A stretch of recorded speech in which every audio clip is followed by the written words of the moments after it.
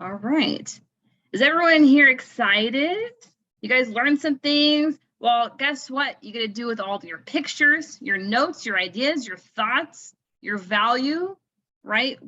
Verity, our keynote speaker today, talked about a gift. And I know people don't think of the word gift and social media in the same context, but today I'm going to share with you a couple key points that you can use to help grow your following, to learn a little bit more about what social media is, the benefits of embracing this world that might be a little terrifying. Can I ask first, how many people here are on one social media platform? Keep your hand up if you're on 2. Keep your hand up if you're on 3. Keep your hand up if you're on 4. Okay, what about 5? There's still Carla and Wendy and Bob. All right, I'll stop at 5 because 5 is quite a lot. So we have a few experts in our audience, and perhaps we have some people that are just starting out. So without further ado, I will share my screen for you.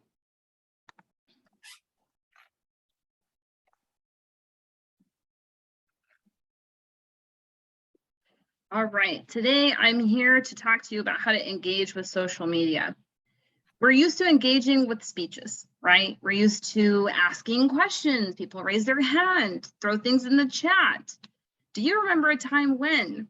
These are topics and tools that we've used and learned how to incorporate into when we're talking. It's similar, but a little bit different when you're working on social media. So our agenda today is as follows.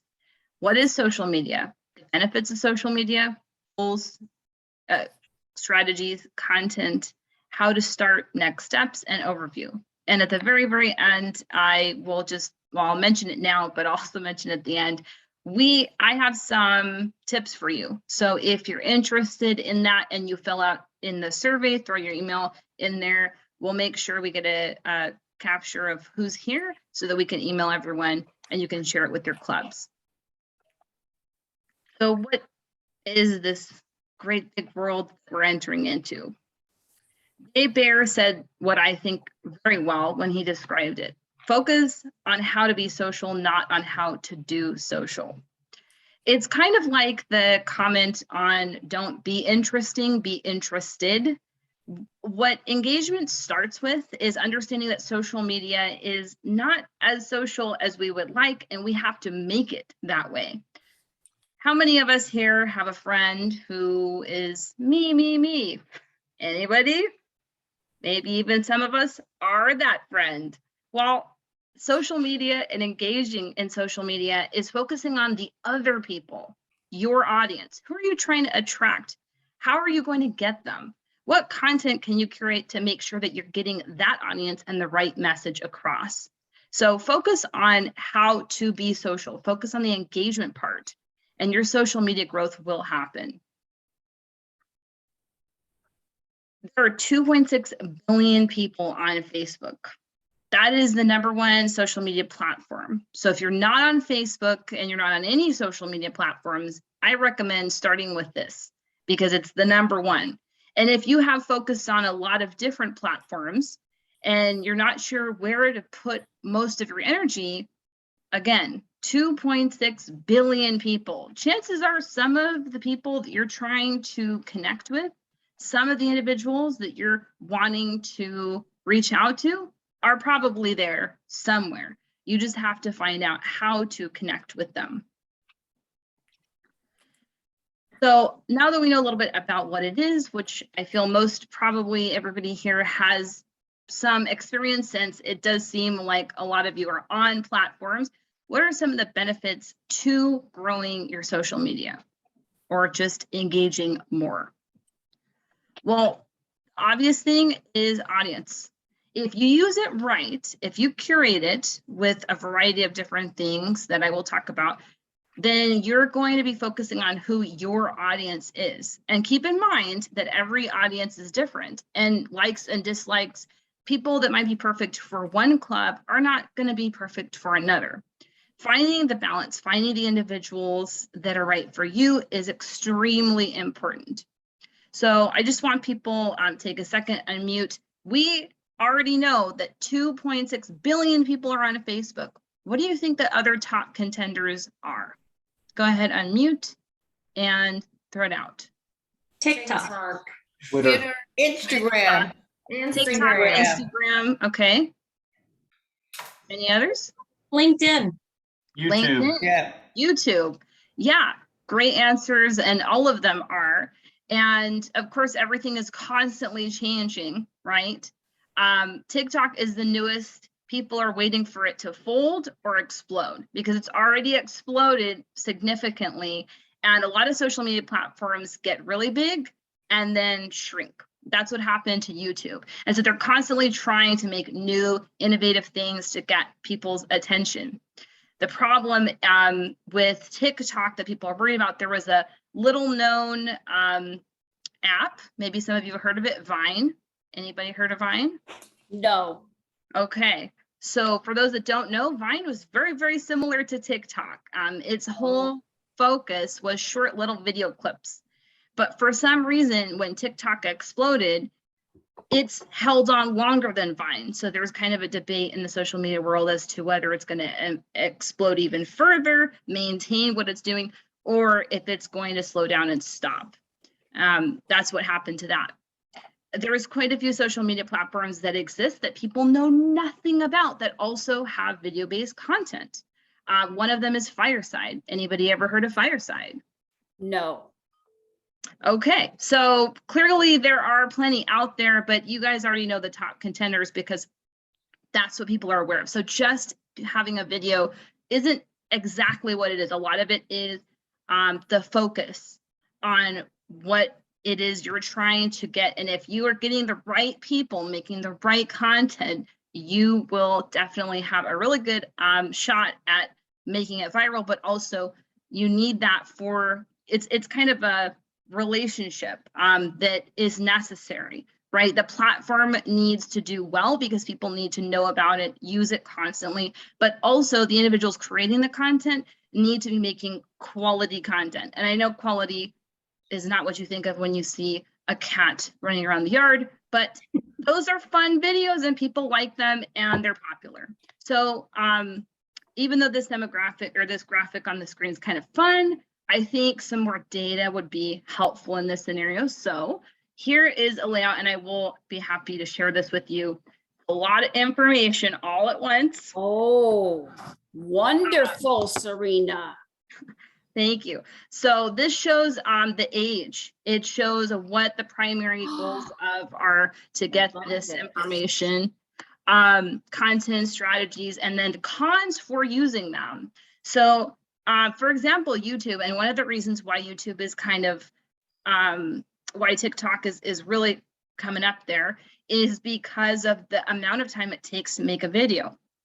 For those of you that have made video or video content, even done a reel, which is a really short video on Facebook, Instagram, there is a huge difference between throwing out a 30-second blip on, hey guys, I just did my workout, or look at my dog, or look at these beautiful flowers, and completely different than doing a 30-minute on how to train your dog or whatever you're going to be focusing on. So that is a completely different kind of video, and it's different kind of content. And yes, of course, on video on YouTube, they came out with their own version. So once TikTok came out and exploded, YouTube thought, hey, we better do something too. So there's YouTube Shorts, which is trying to contend for the audience that TikTok. But if you look at the demographics, just look at the age.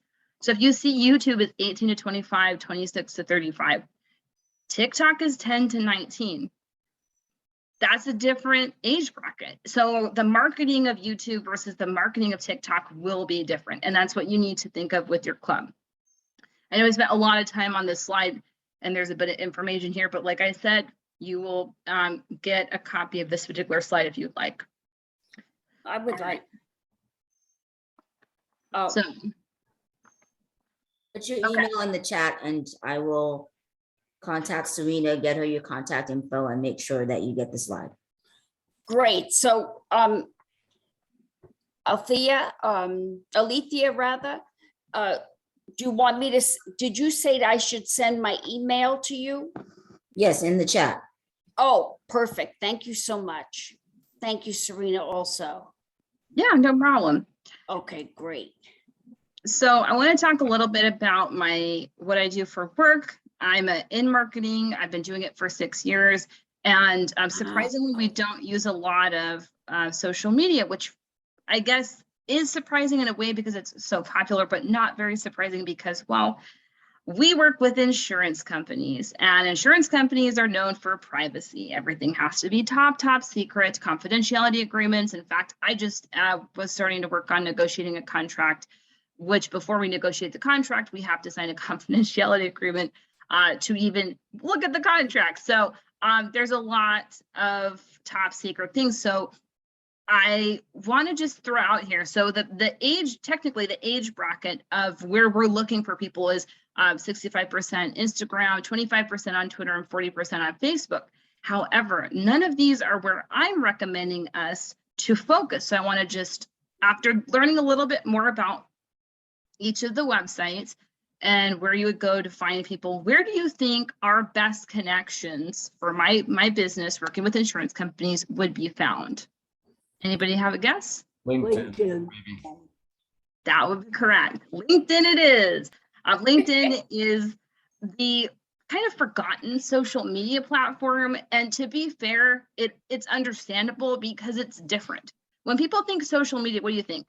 Fun, happy, different, dogs, cats running around chasing their tails. You don't really think of serious information. You don't think of Bill Gates throwing out how, we're going to save the world with a 5-step plan, or Elon Musk, how we're going to get to the moon.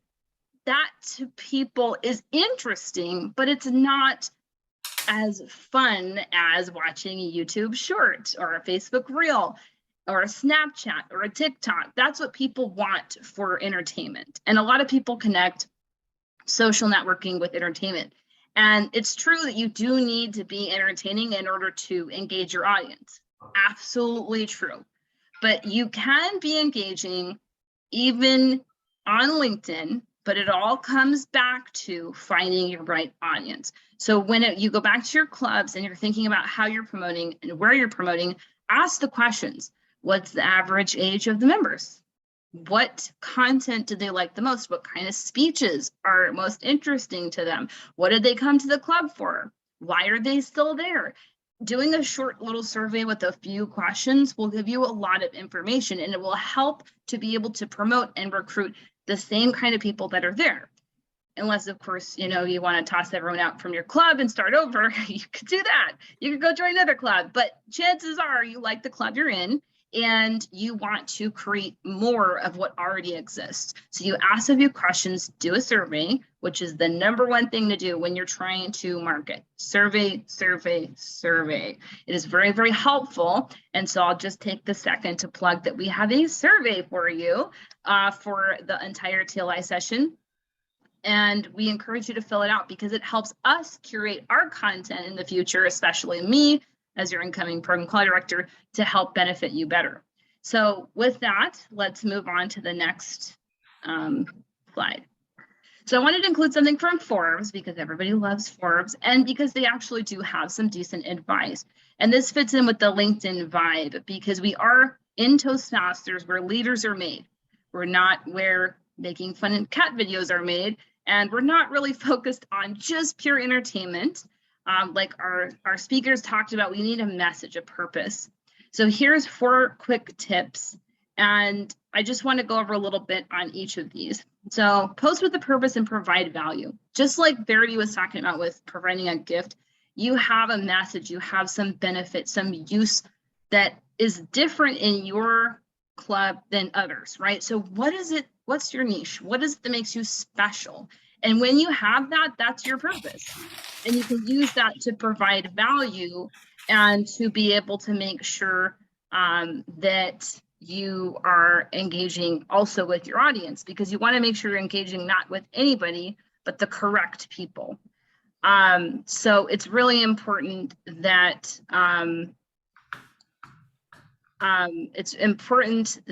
we make sure that you're focusing, what's your niche, and use that to provide value to others.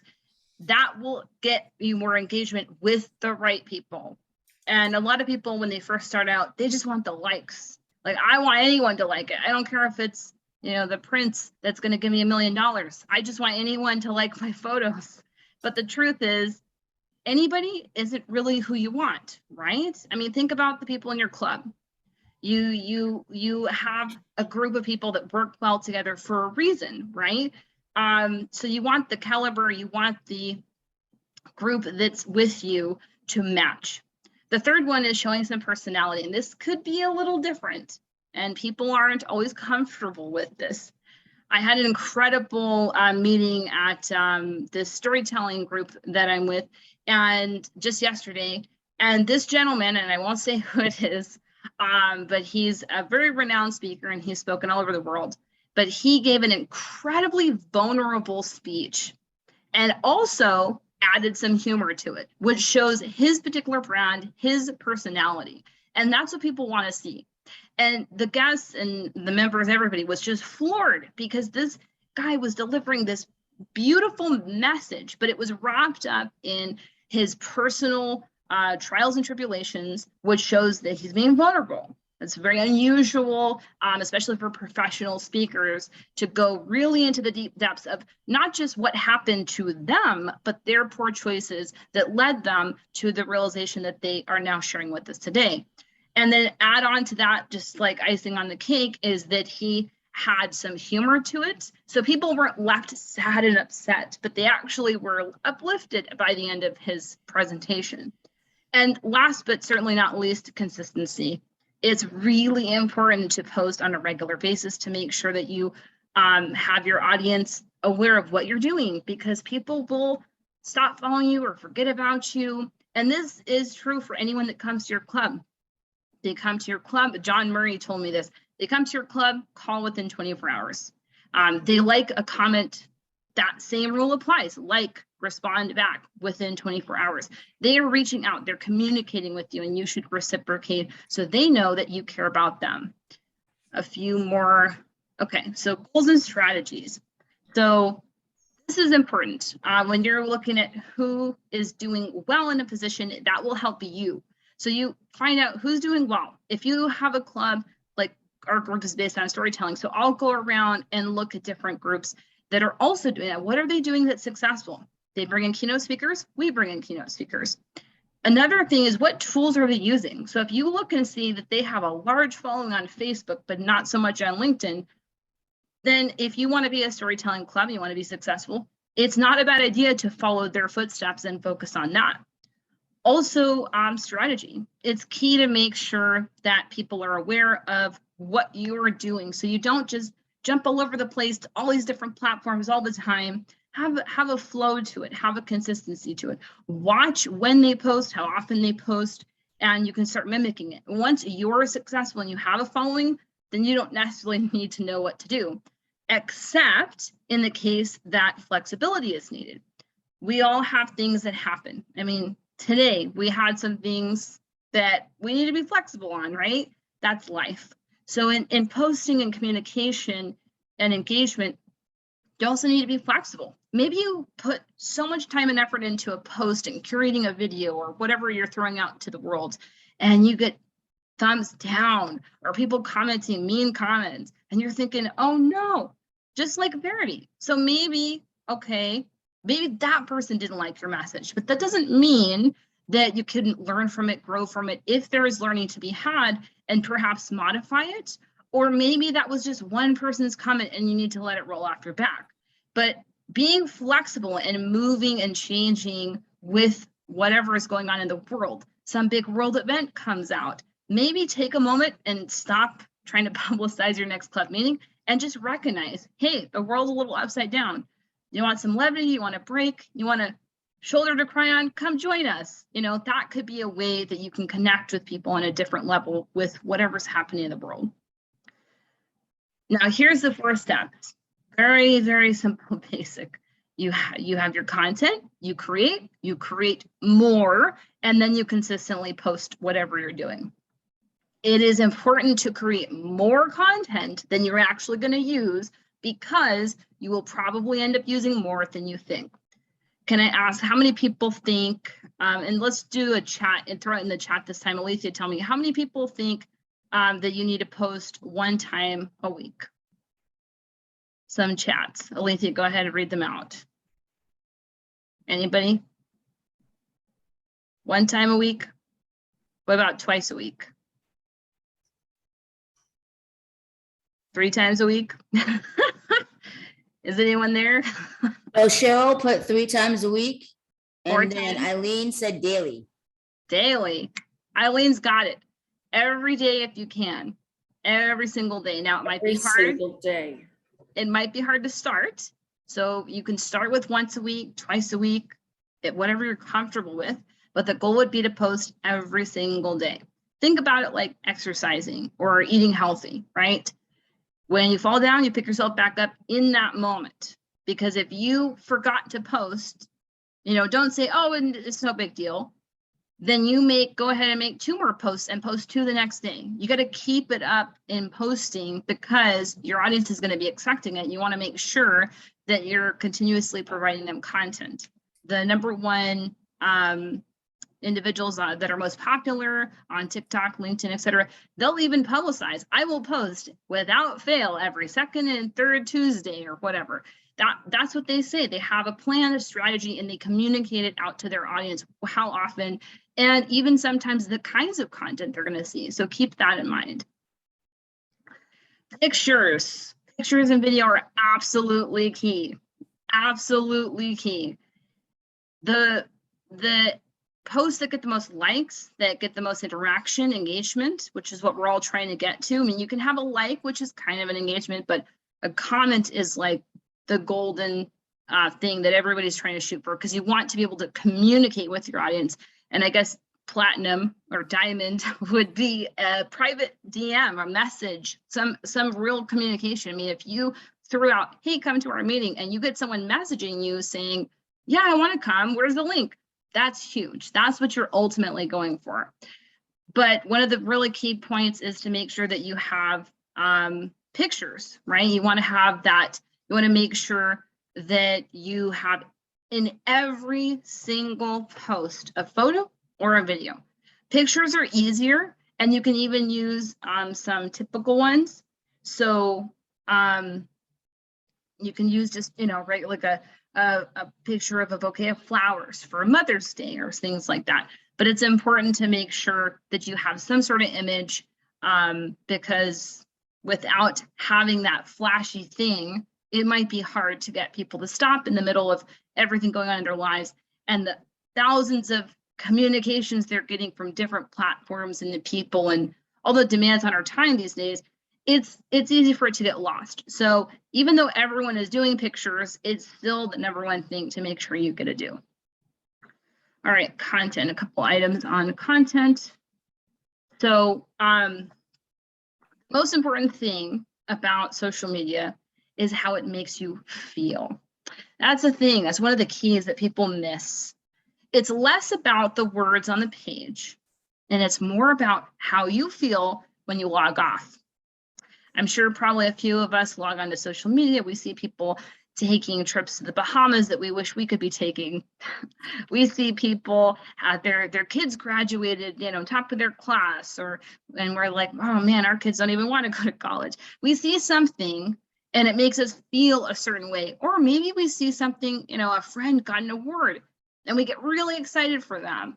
Or, someone we know is going to be performing on a stage in the future. Like, there are moments where we feel great about ourselves and the people around us, and that can influence how we're feeling. But also, we want to make sure that our content, what we create, also leaves that impression on our audience. Think about it like a speech. When you deliver a speech, how do you want your audience to feel, right? You don't want them to feel down. So even when you're talking about something that's a little bit serious or important, you can add a little bit of levity in there, like the speaker did last night, or you can make sure to have just something in there to pull it up at the end. Ending on a downer is a no-no on a speech. And it's a no-no when you are doing any sort of social media content, because we want people to feel uplifted. It's very easy to not feel that way.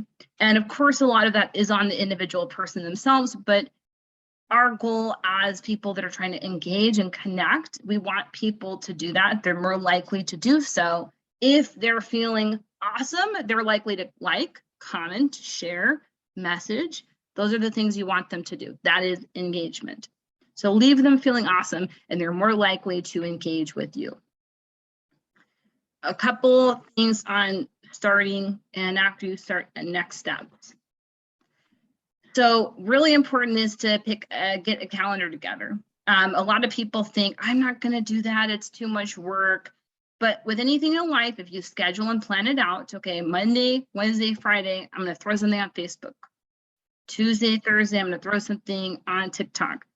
If you schedule and plan, you are much, much more likely to actually set out what you are going to do, right?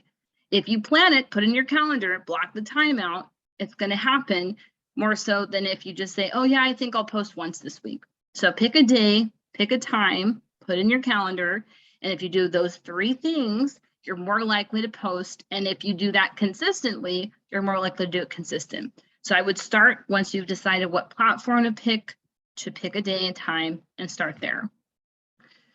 2 of the guiding principles. So there's this big debate between quality versus quantity. Quality is important. It is important. But in the beginning, quantity is more important. So if you have quantity already, then go ahead and focus on quality. But the first step, and this is sometimes confusing for individuals, they want to get it just right. They'll spend 30 hours on a video. I talked to this lady once and she was like, I really want to post, but I just can't because it's just not good enough.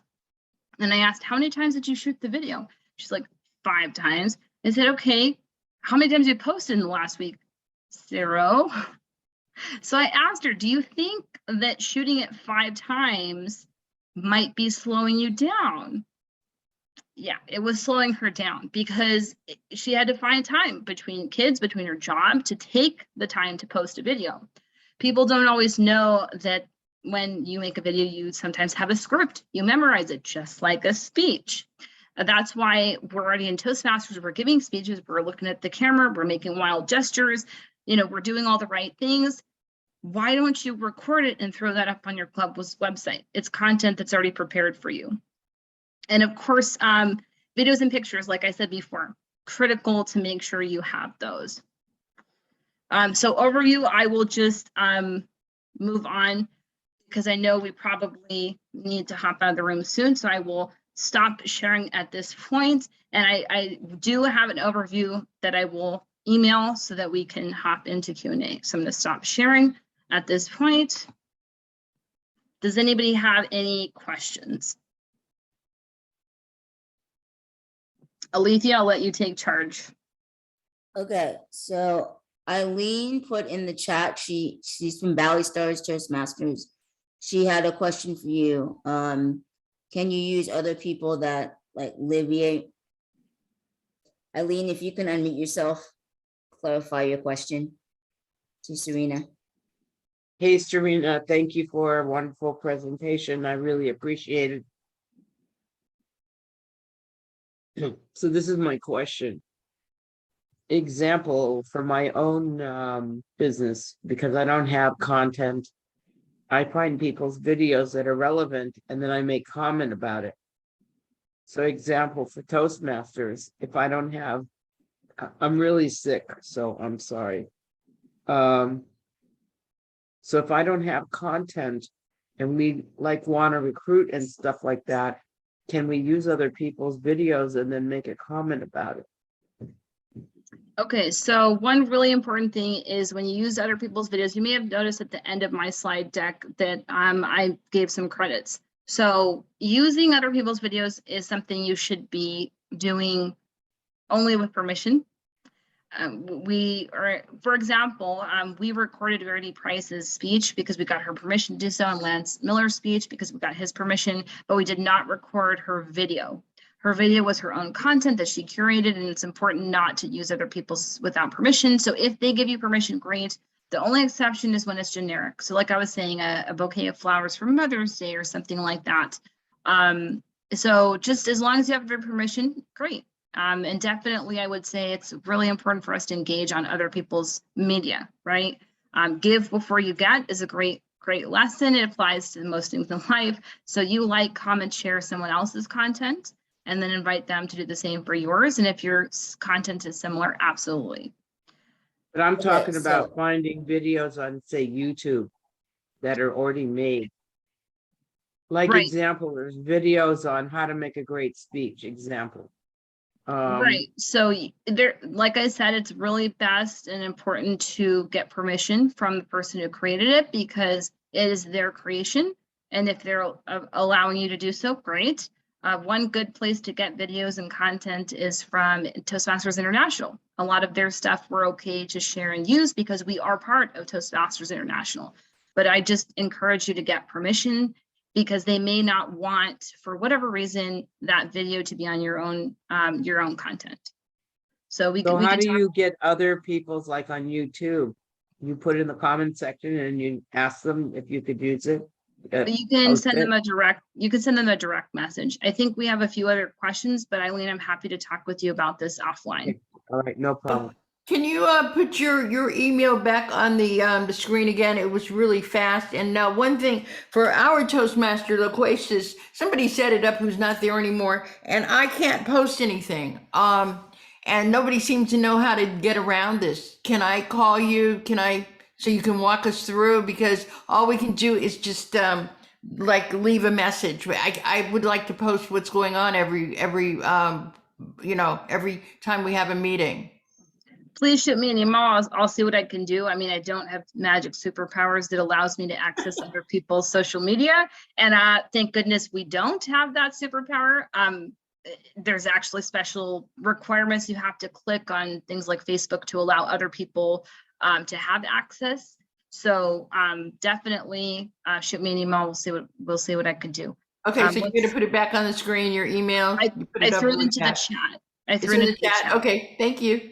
Sure. Alethea, who's next? Serena, the Christine Bishop, she's from District 18. She asked, should we post on all social media platforms or only one or two? Great question. I say start with one, and I think you probably know which one I suggest you start with, especially because Toastmasters, while we are leaders, where leaders are made, I think that a lot of the content is curated for Facebook.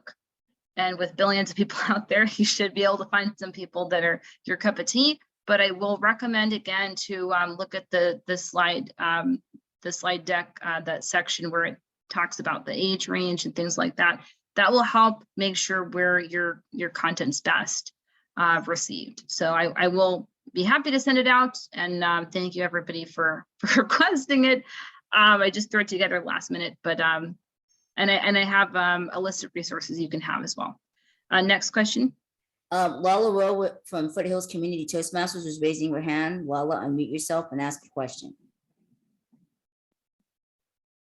It's actually making a comment that to answer what somebody else had said, and on Facebook, if you don't have access, you have to go through and ask Facebook for the access. And there's a whole thing that you have to go through to actually get that. But then the other thing was saying is like, I wanted to know what success any Toastmasters have had with joining Facebook groups and then commenting on those groups or advertising to those groups. That's something I do, and I've had kind of not the best results, but to see if there's any tips on using groups.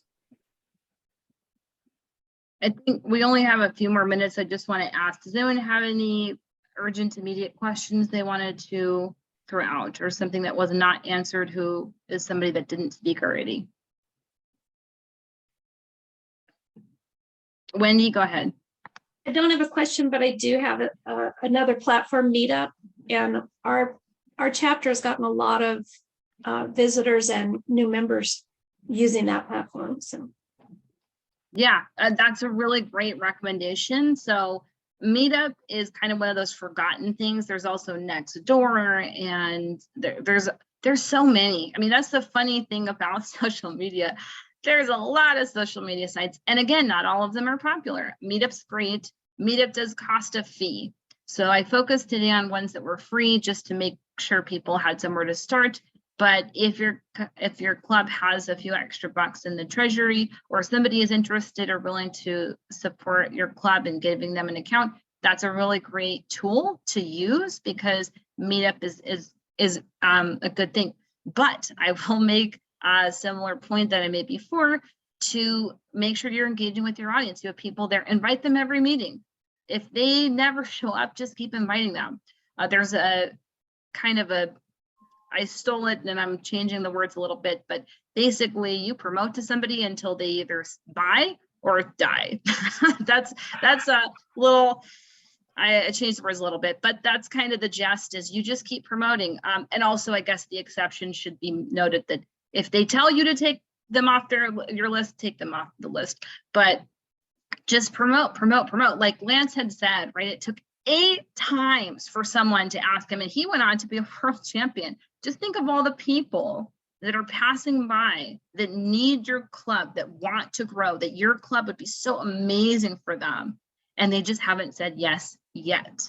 And those are the people that you're trying to market to, the people who haven't said yes. So make sure you have a photo on your meetup, make sure you engage constantly, make sure you post if you have a special event versus a regular meeting, and make sure that you have a couple individuals that have access, so you can routinely keep it up to date and you never get locked out. Any other last minute? Serena, I sent you how much time you have left in the chat. Okay, looks like we do have just a few more minutes.